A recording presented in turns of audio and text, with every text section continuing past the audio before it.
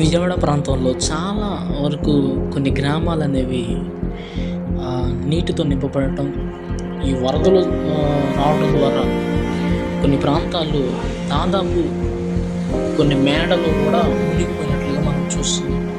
ఆ వరదకు కొట్టుకున్న చాలా వరకు మనుషులు కూడా చనిపోవడం గమనించారు. అయితే ఆ వరదలో చిక్కుకున్న జనాలకి ప్రభుత్వం నుంచి కానీ కొన్ని ట్రస్ట్ నుంచి కానీ ఆహార సరఫరా అనేది జరుగుతుంది. చాలా మంచి పని. అయితే ఆ చుట్టుపక్కల ఉన్న ప్రాంతంలో నుంచి ఇంకా వారికి చేతనైనంత వరకు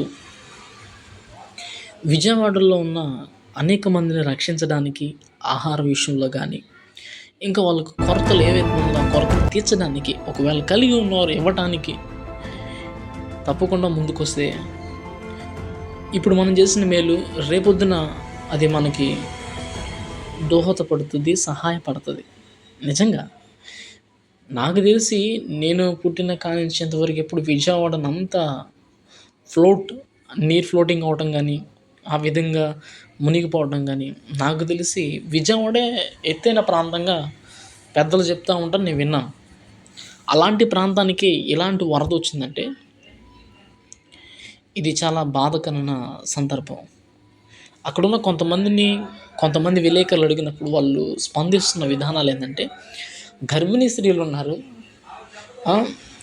నిండి నెలలు లేకుండా ఉన్న పిల్లలు ఉన్నారు, వారికి సరైన సదుపాయాలు లేవు అని చెప్పేసి వాళ్ళు బాధపడుతున్నారు. అయితే నీట మునిగిన ప్రాంతంలో నుంచి ఒక పడవను సిద్ధపరచుకుని ఒక ప్రాంతానికి రావడానికి సరైన సదుపాయాలు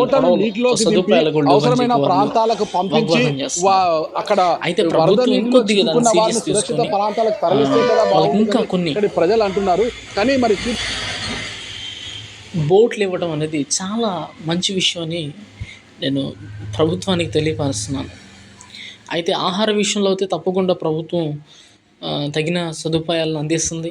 ఇంకా కొంతమంది ట్రస్ట్ వాళ్ళు చెప్తూనే ఉన్నాయి కదండి, కొన్ని మానవత్వం కలిగి ఉన్నవారు చాలామంది వారికి తోడ్పడుతున్నారు. తప్పకుండా మంచి పని చేస్తున్నారు. ఇంకా అనేక మంది ఆ వరదలో చిక్కుకున్న వారందరినీ బయటికి తీసుకొచ్చే విధంగా ప్రభుత్వం ఇంకా కృషి చేయాలని ప్రభుత్వానికి, అదేవిధంగా